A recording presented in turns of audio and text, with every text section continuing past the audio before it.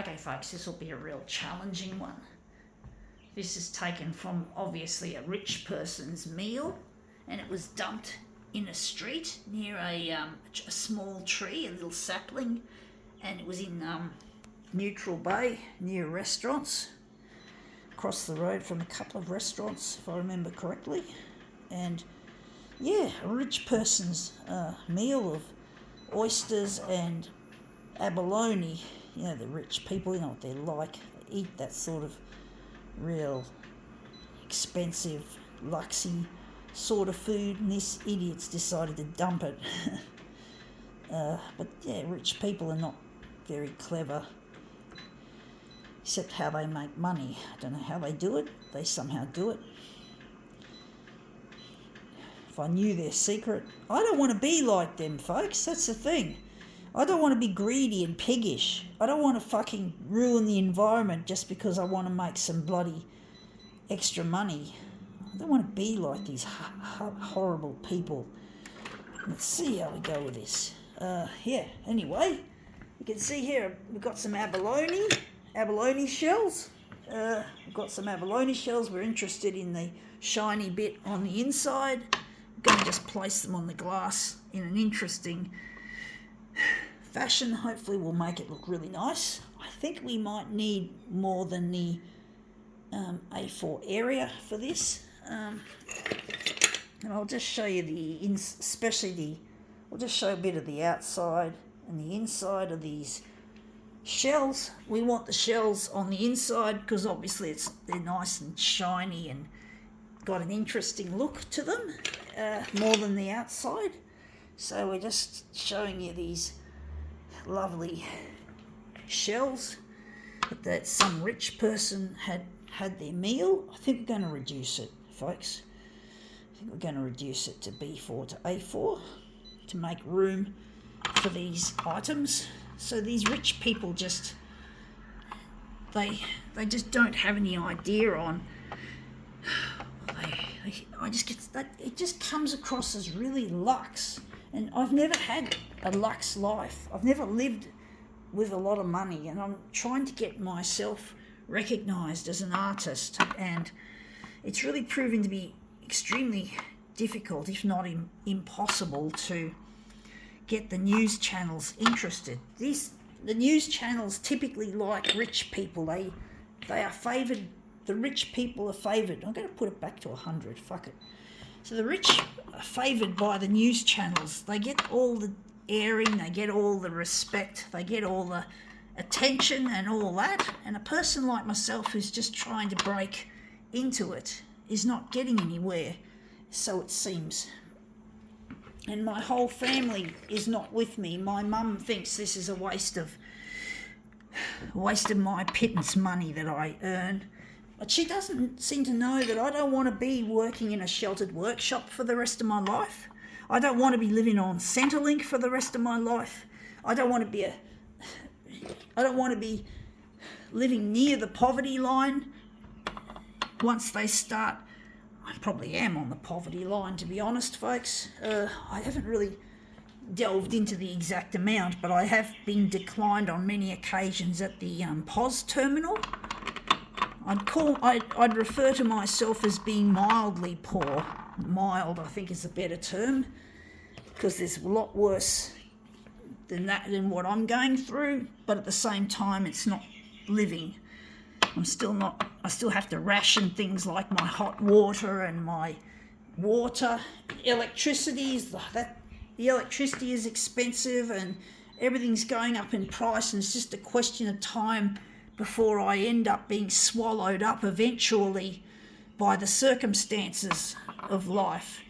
So while I'm still mildly poor, I might end up being severely poor because the costs of living are just going up and up and up, and it's not, my payments are not keeping up with the, what is it called, the inflation or the cost of living. It's not keeping up.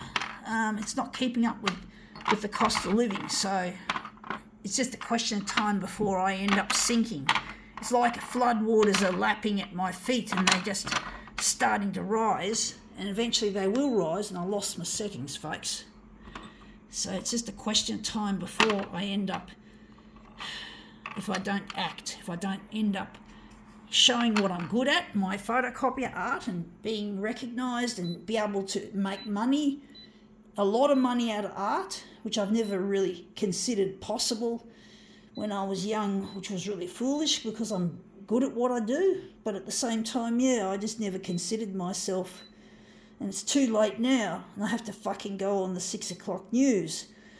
And I only have one shower a week. I put the hot water system on just before I have a shower, or I just put it on about an hour or two ago because I don't want to forget, because I do forget things. It's part of my disability is to forget, is to be horribly forgetful, even though it's not what I got Centrelink for.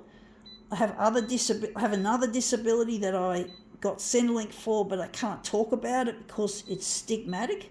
It holds a great deal of stigma, and people may not take me seriously. So I have to fucking shut up about that until I finally get recognised for what I can do, not what I can't do.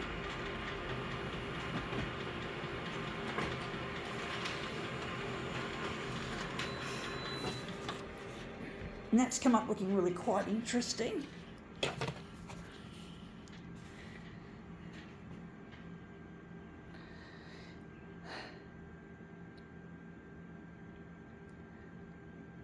I do think we might move some more of that stuff down a bit. But I really need to get in touch with my partner Luigi. Really hurts being without him, and I can't live without him. I'm lonely, because it's not just poverty, it's loneliness as well, because I'm lonely, and loneliness kills like 15 cigarettes a day. So it's not healthy to be both on the edge and being lonely as well. When I was young, I used to think it was important in my mind to have a job and a relationship.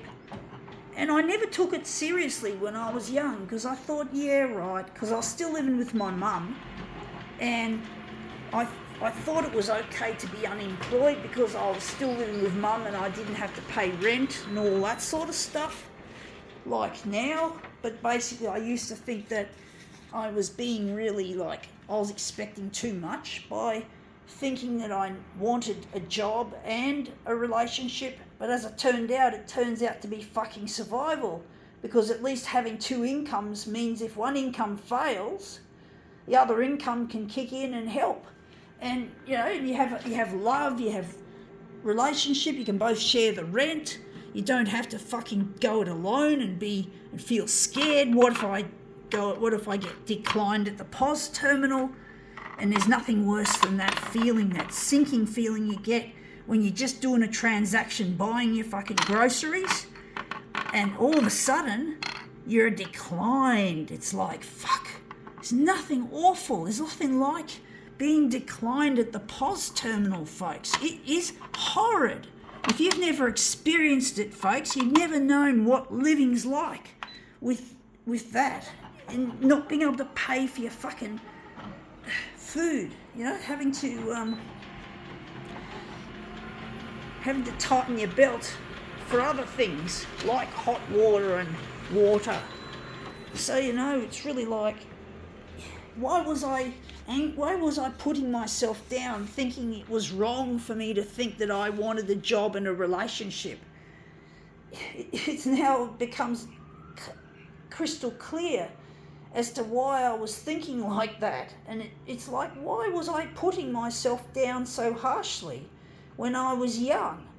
Luigi was interested in me. He loved me for as I was. He didn't judge me or give me the third degree like a lot of the people at church used to do, treating me like I meant nothing to them. And Luigi wasn't like them. They made me feel bad about myself, these people from church and from fellowship, especially from the fellowship days, when I was hanging out with other youth. And they were not nice people. And I don't go to church anymore, folks, incidentally, because I feel church is full of judgment. These Christians are not like the Christians of the past. There were some good Christians I came across, but the bad ones stand out, and they really hurt my feelings and made me feel like a dud, like I had nothing to offer anyone, that I deserved to be unemployed, I deserved to be lonely. I gave them too much fucking rope to hang me. You know, I hated myself, folks. I fucking hated myself. And now I have to try and market myself to go to air on the 6 o'clock news, because I know that I've got something to offer the world if they would just let me in and help me. Give me another chance at life, not let the bullies, the teasers from school, the people from church and fellowship, the churchies, the schoolies and the churchies, which screwed up my lot, contributed to screwing up my life. Well, I don't want to give them any more glory than what they've already taken. They've stolen my thunder, and I just don't want to be under their fucking power anymore. I've given them too much power when I was young, and now they just ruined my life. And here I am with this photocopier trying to appeal to a news channel that doesn't typically play this kind of material. And this is the only chance I have of pulling myself out of this potential to be horribly poor, because if I don't pull myself out now, the expenses like floodwaters are going to keep rising and rising, and I won't be able to do any more work on my life like this, because I won't be able to afford it. And my mum will be proven right that this is a waste of fucking money. I can't have that. And I'll never get to reconcile it with my brother and my father, who hate me. They hate me, folks. They tease. Brother is a bully, and my dad's a teaser as well as a bully. And my dad's got heart problems, so I can't see him because he's such an asshole. They're both tarred with the same brush. And really, I don't want to see my dad or my brother until they apologise on the 6 o'clock news and show me that they're serious, that they're sorry. And if I see my dad, we could end up in a huge argument, because Dad likes to pick arguments, and he could keel over and die of heart failure, because he's been in and out of hospital. He could die tonight for all we know. And I don't want to leave him. I don't want to have to let him die because I had an argument with him. But at the same time, if I don't see him and I don't say goodbye to him on the deathbed, well, that wouldn't be a win either. That's a loss as well. I want to be able to say goodbye to my dad and tell him I love him, to be able to say that for the first time in a very long time, because at the moment I can't tolerate my dad. He's an asshole. So I don't talk to him. I'm just showing him. And now he's got heart problems and he could die any time. So I don't know, folks. I really need Channel 9 to do something to help. To get, if my dad and my brother could see that this is a success, if my mum could see this as a success, you know, I could bring my family back together. I could have my family, we could all get together and have dinner over in a restaurant or something. Really nice, pleasant get-together. Like what families should be. Not this hatred and one-upmanship that my family's been all about. I was brought up with hatred, folks. At home as well as at church, as well as at school.